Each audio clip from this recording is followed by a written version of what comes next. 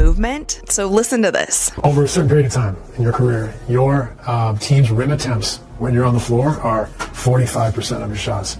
That's not from you diving somewhere there. That's from your movement. When you're off the floor, it's still pretty high, but it's down to 27%. That's pretty good. So your influence is 18 percentage points on rim attempts, and that's not from you.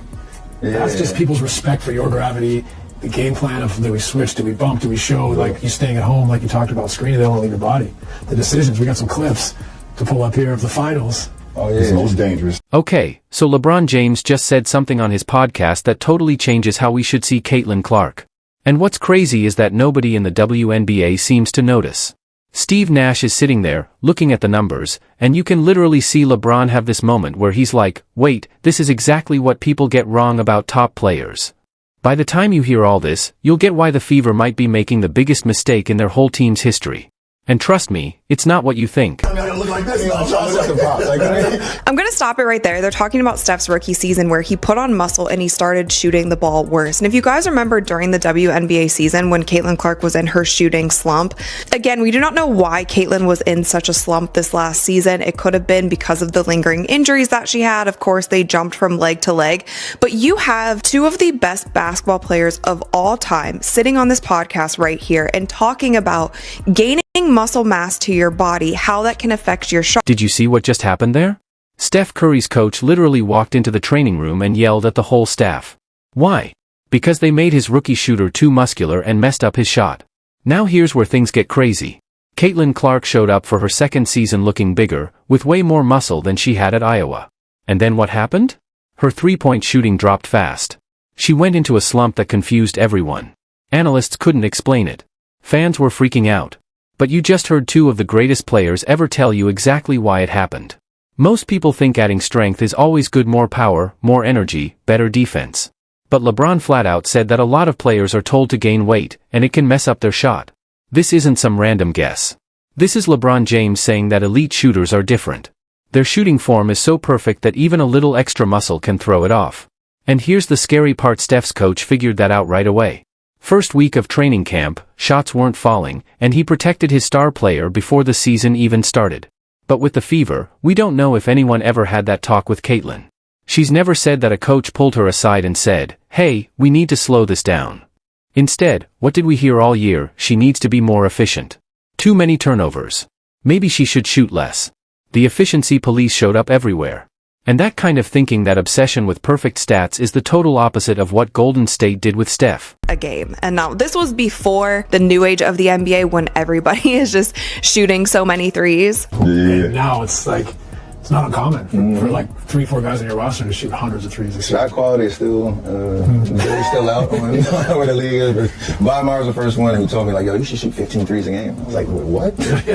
Like, you know how hard it is to get 12 good looks up? Like, but he's one that was like, why not? The math says, 15 threes for you is great. Like, oh, yeah. So you start thinking about it. But, yeah, the game strength is more crazy. What was it? Was it that conversation? Was it Stevie Kerr? Like, wait, hold up. The Warriors GM told Steph to shoot 15 threes per game. And Steph's reaction was like, what? That's crazy. But then look at what happened next. They weren't just making up some random number. They studied the offense. They looked at the shot quality. They understood that Steph shooting 15 threes wasn't the same as anyone else shooting 15 threes because of how much attention he drew, because of how defenses reacted to him.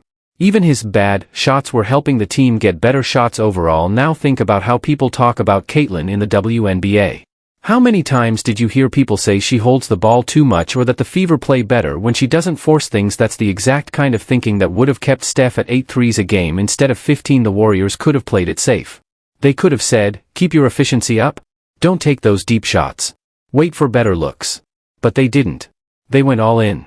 They said, you're changing the game, so we're changing our whole offense for you. And here's the wild part. Steph went from one season to the next and took 2,000 more threes, not 20, not 50, 2,000. That's not a small change. That's the team fully believing in their star.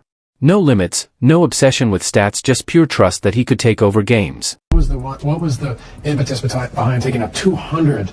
The way that we created shots was a big part of it. The offense that he instilled, where it was less, traditional pick and roll, less pick on game, more movement, all that stuff. Where you're creating, the concept of, all 15 threes, cool, but they're not all created equal in terms of game pressure, the rhythm and flow of how is it one pass shot? Is it ball's changed side 3 times and you're coming off and you move, touched it, got back, relocated? That's a different shot percentage-wise than the exact same shot from the exact same spot on the floor. Okay, so Steph just explained something super important that most people totally miss. He's talking about shot quality, but not in the usual way people think. It's not just about being open or shooting close to the basket. It's about rhythm, it's about the flow of the offense.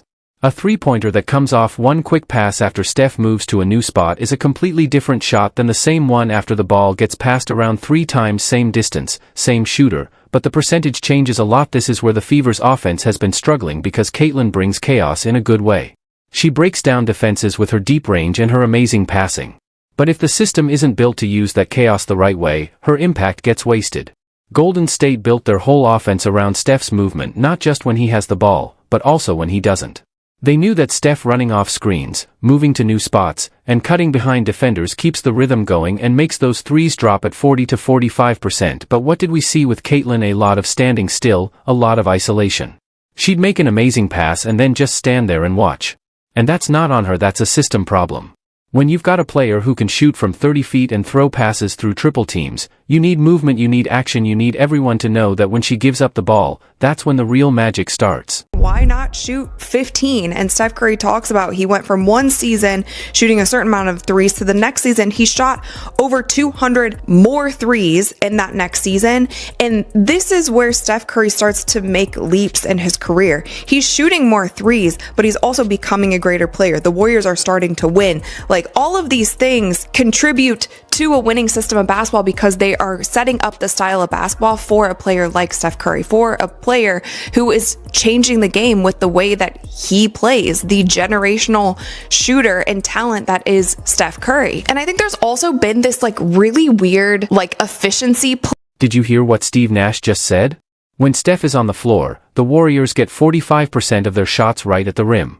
When he's off the floor, that number drops to 27%. That's an 18% difference. And here's the thing, Steph isn't even the one taking those shots near the rim. He's creating them for everyone else.